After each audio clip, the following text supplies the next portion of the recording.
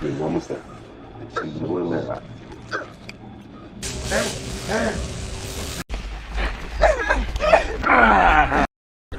आज मैं जो मूवी आपके लिए लेकर आया हूँ उस मूवी का नाम है the last house on the left. ये मूवी 2009 में रिलीज हुई थी और एक बहुत ही ज़्यादा डिस्टर्बिंग मूवी है। तो मैं आपसे रिक्वेस्ट करूंगा कि आप इस वीडियो को एंड तक जरूर देखें। तो इस मूवी की शुरुआत में हम दो ऑफिसर को देखते हैं जो कि अपनी कार में एक क्रिमिनल को अपना साथ में लेकर जा रहे थे जिसका नाम क्रक था। तभी रास्ते में रेलवे क्रॉसिंग आता है और वे लोग अपनी कार को वहाँ पर रोक देते हैं और इतने में एक दूसरी कार इनकी कार को टक्कर मार देती है जिससे कि दोनों ऑफिसर घायल हो जाते हैं। फिर दूसरी कार में दो लोग बाहर निकलते हैं जिनका नाम फ्रांसिस और सैडी था जो कि उस क्रिमिनल के साथ थे और उसे बचाने के लिए वहां पर आए हुए थे। फ्रांसिस क्रक का भाई था और सैडी क्रक की गर्लफ्रेंड। फिर इसके बाद वे तीनों मिलकर उन ऑफिसर को बुरी तरीके से मार देते हैं। अब सीन शिफ्ट होता है और हमें 17 साल की एक लड़की दिखाई जाती है जिसका नाम मेरी था जो कि एक स्विमर थी। उसके पेरेंट अपनी लाइफ में इतना ज्यादा बिजी थे कि वो अपनी इकलौती बेटी के साथ ज्यादा टाइम स्पेंड नहीं कर पाते थे। मेरी के फादर जॉन जो कि प्रोफेशन से एक डॉक्टर थे और एमा जो कि मेरी की मॉम थी। ये लोग मिलकर अपने एक लेक हाउस में वेकेशन मनाने के लिए जाते हैं जहाँ पर पहुंचने के बाद में हमें पता चलता है कि मेरी का एक भाई भी था। और इसके बाद मेरी अपने पेरेंट्स से अपने फ्रेंड के पास जाने के लिए परमिशन लेती है लेकिन उसकी मॉम उसकी सेफ्टी के लिए थोड़ा कंसर्न थी तो इस वजह से वो उसे जाने नहीं देना चाहती थी।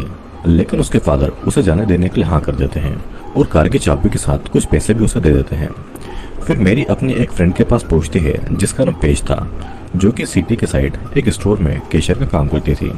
फिर बात करते करते दोनों का ध्यान एक लड़के पर जाता है जिसका नाम जस्टिन था जो कि उन्हें बहुत देर से देख रहा था। फिर जस्टिन पेज से एक सिगरेट का पैकेट मांगता है लेकिन वो भी अंडर एज था जिस वजह से पेज उसे सिगरेट का पैकेट देने से मना कर देती है जिस पर जस्टिन उसे लालच देता है कि अगर वो उसे पैकेट दे देगी तो वे सभी मिलकर एंजॉय करेंगे।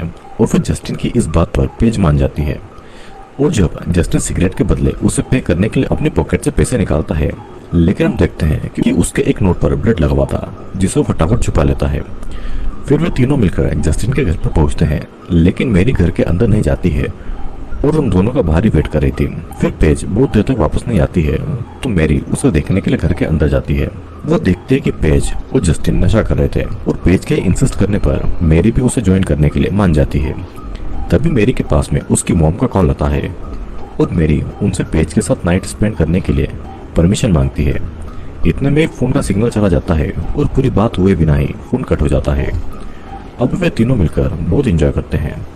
तभी वहाँ पर जस्टिन की फैमिली आ जाती है और ये वही लोग थे जिन्होंने उन ऑफिसर को मारा था। फिर हमें पता चलता है कि जस्टिन क्रक का बेटा है और फ्रांसिस जस्टिन का अंकल। क्रक जस्टिन पर बहुत नाराज होता है और कहता है कि पुलिस मेरे पीछे पड़ी हुई है और तुम यहाँ पर लड़कियों के साथ में मजे कर रहे हो। फिर इसके बाद क्रक उन लड़कियों को किडनैप कर लेता है जिस पर मेरी कहती है कि वो उन सभी के बारे में किसी को नहीं बताएगी लेकिन फिर भी क्रक उन्हें नहीं छोड़ता है। अब मेरी जस्टिन से हेल्प मांगती है लेकिन जस्टिन मजबूर था और उनकी हेल्प वो नहीं कर पाता है। फिर पेज वहां से भागकर पुलिस को कॉल करने लगती है लेकिन फ्रांसिस उसे पकड़ लेता है और वो उसका फोन तोड़ देता है और उसके साथ ही वे लोग मेरी का भी फोन तोड़ देते हैं। अब बाद में वो लोग उन दोनों लड़कियों को किडनैप करके वहां से जाने लगते हैं और तभी रास्ते में मैगी को समझ आता है कि ये वही रास्ता है जो कि उसे लेक हाउस ले जाता है। ये देखकर मेरी चालाकी दिखाकर कार से भागने की कोशिश करती है लेकिन तभी कार का एक्सीडेंट हो जाता है और पेज मौका पाकर वहां से भाग निकलती है लेकिन फ्रांसिस और सैडी उनका पीछा करने लगते हैं। अब भागते भागते पेज एक फैक्ट्री की तरफ आ जाती है और वहां पर मदद के लिए पुकारने लगती है लेकिन इतने में ही वे दोनों आकर पेज को पकड़कर अपने साथ में वापस ले जाते हैं। अब क्रक जस्टिन से मेरी और पेज में से किसी का रेप करने के लिए उसे कहता है लेकिन जस्टिन ऐसा नहीं करना चाहता था और इधर पेज उन सभी को गाली देने लगती है जिस वजह से गुस्से में आकर क्रक और फ्रांसिस उसे चाकू से स्टेप करके मार डालते हैं। और फिर क्रक मेरी के पास में आकर बहुत ही बुरी तरीके से उसका रेप करता है और उसका रेप करने में सैडी भी उसकी हेल्प कर रही थी। फिर बाद में मेरी एक पत्थर उठाकर क्रैक के चेहरे पर मारकर वहां से भागने लगती है और भागते भागते वो नदी तक पहुंच जाती है। तभी क्रक उस पर गोली चलाने लगता है लेकिन मेरी को एक भी गोली नहीं लगती है और वो तैरकर नदी पार करने लगती है। फिर जैसे ही वो नदी के किनारे पहुंचती है तो मेरी को एक गोली लगती है जिस वजह से वो मारी जाती है। अब ये सभी लोग वहां से निकलकर एक लेक हाउस में मदद मांगने के लिए जाते हैं क्योंकि फ्रांसिस की नाक पर चोट लगी हुई थी और ये लेक हाउस एमा और जॉन का ही था यानी कि मेरी के पेरेंट का। लेकिन इन चारों को ये बात नहीं पता थी और इस वजह से ये लोग उन दोनों से हेल्प मांगते हैं। फिर जॉन और एमा उन्हें अंदर लेकर जाते हैं और जॉन फ्रांसिस का ट्रीटमेंट करता है। एमा फिर उन्हें आज की रात वहीं पर उनके गेस्ट हाउस में रुकने को कहती है, क्योंकि बाहर बहुत ही तेज बारिश हो रही थी और उन लोगों के पास में कोई गाड़ी भी नहीं थी। फिर एमा इन सभी को कॉफी बनाकर देती है और कॉफी खत्म करने के बाद में जब जस्टिन अपना केक रखने के लिए किचन में जाता है तो फ्रिज पर लगी हुई मैगी की फोटो को देखता है और उसे देखने के बाद में उसे पता चल जाता है कि एमा और जॉन मैरी के पेरेंट हैं, लेकिन वो ये बात किसी से नहीं कहता है। यहाँ पर अब जस्टिन को ये रिग्रेट हो रहा था कि अगर वो उन दोनों को अपने साथ में नहीं बुलाता तो वे दोनों आज जिंदा होती। फिर जस्टिन मैरी का लॉकेट किचन में रख देता है और अब वे चारों सोने के लिए चले जाते हैं। और यहाँ पर एमा और जॉन को बाहर से कुछ आवाजें सुनाई देती है, जिसे चेक करने के लिए वो अब बाहर जाता है तो देखता है कि मेरी जख्मी हालत में घर के बाहर पड़ी हुई थी। फिर वे दोनों मेरी को अंदर लेकर आते हैं और एमा मेरी की बॉडी से गोली निकालने के लिए किचन में कुछ सामान लेने के लिए जाती है तो उसकी नजर मेरी के लॉकेट पर पड़ती है, जिसे लाकर वो जॉन को दिखाती है और कहती है कि जब मेरी बाहर गई थी तो इस लॉकेट को उसने पहन रखा था।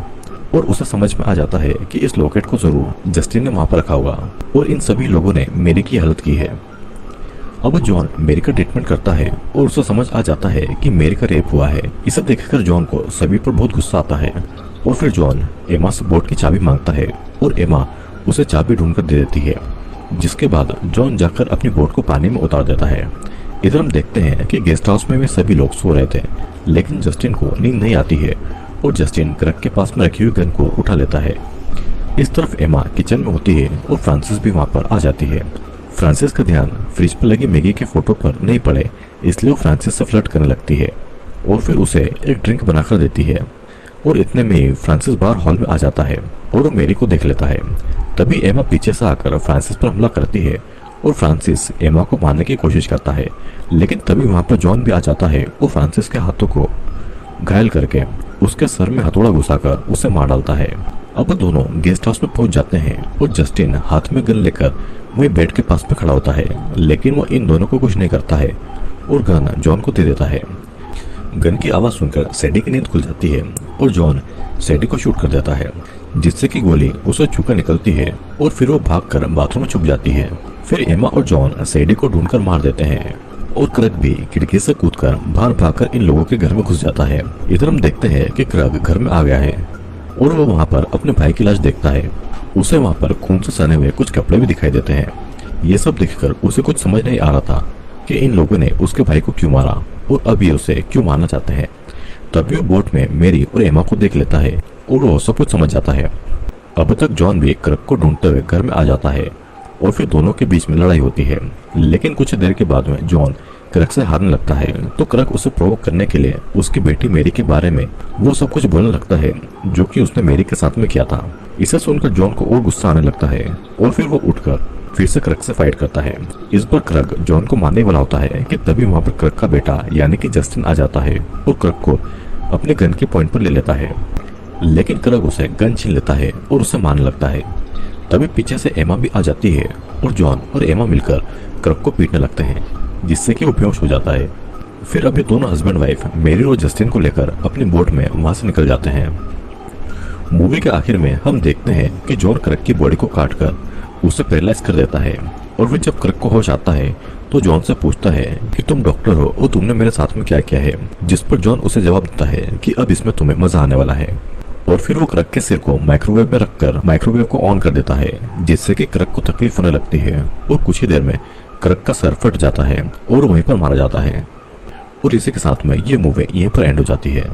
दोस्तों, इस मूवी में हमने एक 17 साल की लड़की मेरी को देखा, जिसके पेरेंट अपने काम की वजह से उसे समय नहीं दे पाते थे, लेकिन वो उसे टाइम देने के लिए वेकेशन पर जाने का प्लान करते हैं। फिर वो अपने जंगल में बने एक लेक हाउस पर आते हैं, जहाँ पर मेरी अपने फ्रेंड के साथ में एक लड़के के घर पर जाती है, जहाँ पर उन्हें किडनैप कर लिया जाता है। वे लोग मेरी का रेप भी करते हैं और उसे मारने की कोशिश भी करते हैं, लेकिन जब मेरी के पेरेंट को इस बारे में पता चलता है तो वे उन सभी लोगों से अपनी बेटी के रेप का बदला लेता। दोस्तों, इस मूवी में हमने देखा कि कैसे एक पिता ने अपनी बेटी के रेप का बदला उन लोगों को बड़ी बेरहमी से मार कर लिया। वो देखा जाए तो मेरी के पेरेंट ने ठीक ही किया, क्योंकि अगर उन रेपिस्टों को कानून के हवाले भी कर दिया जाता तो फिर से छुटकर वो लड़कियों के साथ में बुरी हरकत करते हैं। मेरा तो ऐसा मानना है कि हर रेपिस्ट के साथ में ऐसा होना चाहिए ताकि किसी भी लड़की के साथ में रेप ना हो। दोस्तों मैं उम्मीद करता हूँ कि आपको ये वीडियो पसंद आया होगा। वीडियो अगर पसंद आया हो तो वीडियो को लाइक करके कमेंट जरूर करना। मैं आपके हर कमेंट का रिप्लाई जरूर करूंगा। तो अब मैं आपसे मिलूंगा अगले वीडियो में।